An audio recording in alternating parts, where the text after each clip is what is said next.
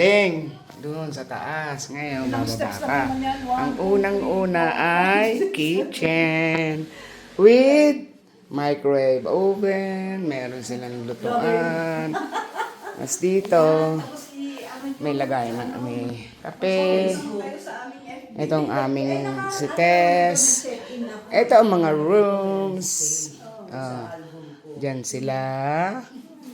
At yan, kami dito. Yan. Doon kami ni Da. Dito sila Anya at Tess. Yan. Tapos meron kami ditong terasa. Dito yung... Talaga pinagawa yan para dyan maligaligis. Oo. Ayan, diyan kayo mag-yosi sa dulo. Kasi bitin yung ano eh, yung terrace eh. Dapat all through. Pero lamig ng dingding. Oo nga eh. Sarap. Sarap. Ano? Lamig ng dingding.